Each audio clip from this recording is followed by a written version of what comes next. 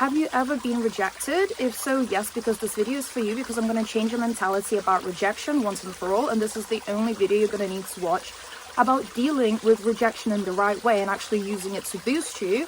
How would I know this? You might be wondering. Well, guys, I've been a stripper for the last 6 years of my life. Now, before you click off, let me lock in, because us strippers get rejected more times than you can actually comprehend. Because one, I'm competing with another 20 to 100 beautiful, stunning IG model catwalk girls, BBL baddie, and two, people come into the strip club to pay money to literally be mean to beautiful women. So we get rejected all the freaking time, and it takes a lot in order to be able to process it and not take it personally. So I've had a lot of practice, therefore I can definitely teach you how to do this the right way. Let's lock in. First of all, two things actually. I have a Patreon, only $3 per month, where I tell you all my stripper gossip that you do not hear anywhere else, all the locker room conversations, things that happened, who beat up who was held at knife point for what reason, etc. I spill it on my Patreon. I do weekly uploads. It's a place for me to connect with you better and also spill the tea, because the gossip is juicy and I can't say it out here. I'm not gonna lie, I'm getting bitten. I can't say it on here because I'd get banned. And two, I have got a life coaching degree and I am holding a Zoom call lesson with people who want to be personally helped on how to deal with rejection. So it's only $30. All the description is going to be down below. Anyway, back to the episode, period. So the only reason that you're thinking about rejection in such a negative manner and you have those negative thoughts come up is because 9 times out of 10, when you get rejected, people do not tell you why they are rejecting you. So it's a perfect opportunity for your brain to use in order to project your own internalized negative thoughts about yourself onto the space as the reason why you were rejected. You assume whatever you were already thinking in your head about you and use that as an excuse for the rejection. But bigger picture is, you actually don't know. You have no fucking idea. And our brains have been conditioned to always look out for confirmation and bias, because we walk around life just confirming what we're already thinking in our heads, and we do it subconsciously. We don't even notice, because that's just how our brains are wired. Poopy girl, okay?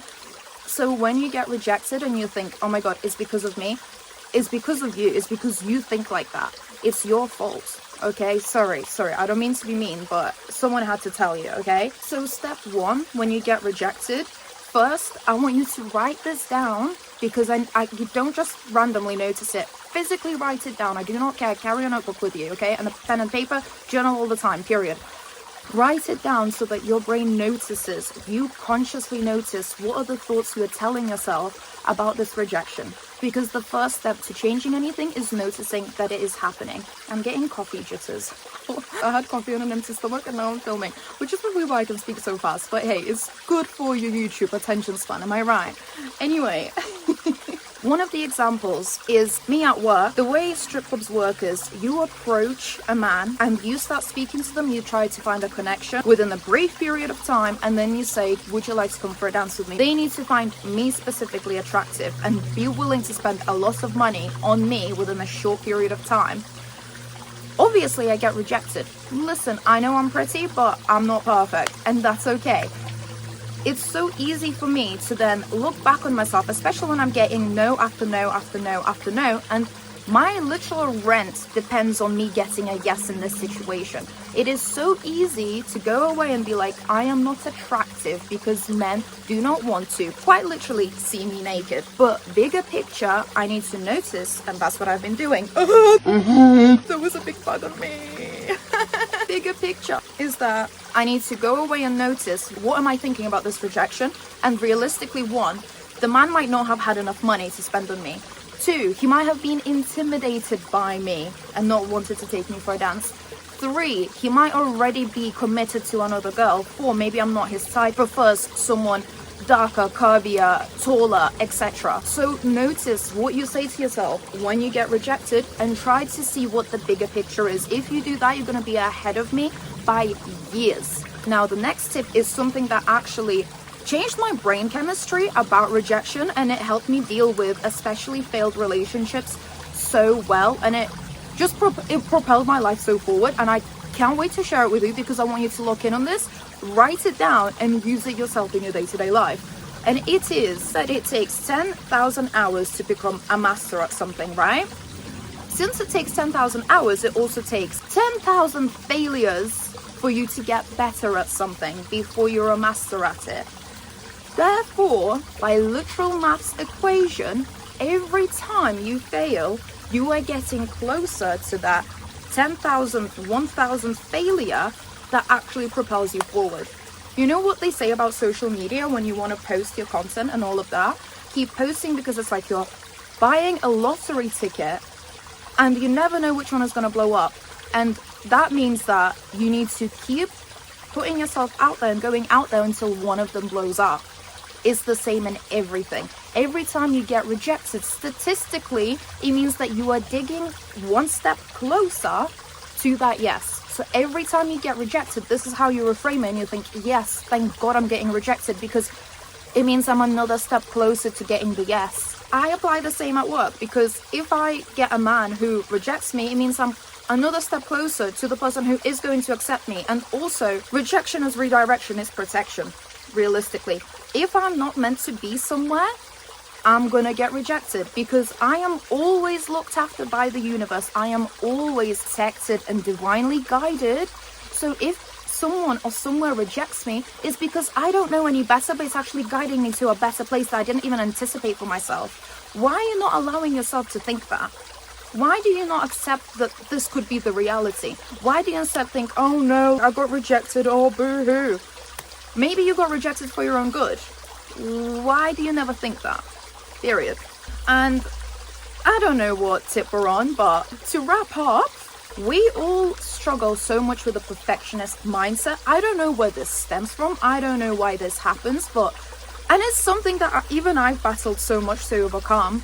Like, even doing this YouTube situation, I always feel like I need to post exactly something that feels like it's perfect, but I don't even know what perfect is, because what I think is a horrible video, people are watching it and I'm like, why? I thought that was a horrible video. Anyway, we as a society, for some reason, experience so much shame around trying something and failing. But if you don't try something, you're never gonna get good at it. It's impossible to expect to be good at something the first time you try. That isn't physically, humanly possible. We quite literally are born not being able to walk. We don't even know how to walk when we're born. Look at baby deers. They know how to walk as soon as they fall out. We don't. Why do we then expect ourselves to be perfect at anything that we do that we tried the first time? So when you get rejected from trying, your perfectionism mindset kicks in and you're like, oh my God, I wasn't good enough because I wasn't perfect the first time I tried. I'm gonna stop doing it. That's it. I'm gonna stop doing it. Loser. I'm sorry, fucking loser. Get up and try again. I hope you enjoyed this video. Sorry if I was shouting at you. One, subscribe to our Patreon, because it's shits and giggles. We love it there too. If you enjoyed this video, one, like and subscribe please, because I post weekly on my YouTube and I'd love to stay friends, because I love calling you out. Listen, love it. I've been there before and I've overcome this, and I want to share how I've overcome certain things in case it might help you. So click the subscribe button, one. And two, if you like this, come join my Zoom session. Description's going to be below. It is going to be a group session, but in this session I'm going to get you to ask questions reflecting back on yourself, and you can actively also ask me questions back if you are thinking about something or you want to change your perspective and mindset. I'm here to help you in real time. So if you like the thought of that, subscribe to that too, please. Anyway, love you. I'll see you again next week. One of the examples, one of my life coaching clients, she is a bodybuilder, vegan bodybuilder. Love her, amazing. She's such a good client to work with. She is so inspirational. This girl very frequently lands first places. She's in the top of the top. However, every now and then when she does these bodybuilding competitions and she doesn't strike first, she struggles to deal with that rejection, because we noticed that her internalized thought pattern was, oh, this is a beauty competition. They said I'm not first, therefore I am not beautiful. But listen, this is not if A then B, because when you take a step back and look at the bigger picture, realistically, beauty isn't objective. I think objective is the right word. English is not my first language. It's either objective or subjective. I do not remember. Two, realistically, when you look at the bigger picture, This is a beauty competition based on a specific beauty standard, because if you have noticed, what they're judging on is how big your muscles are, what your fake tan looks like, what your dress looks like, how does your whole composition look like, how does the way your makeup sit with what you're wearing. It's not just whether you're beautiful or not, and they have very specific requirements for that beauty standard that after some discussion we actually realized she doesn't even like, because it's so against what she finds beautiful. It's completely unnatural to her to wear a lot of makeup, to wear a push-up bra, to look like this. It doesn't mean that you're not beautiful. It means that this beauty standard is not for you. Anyway,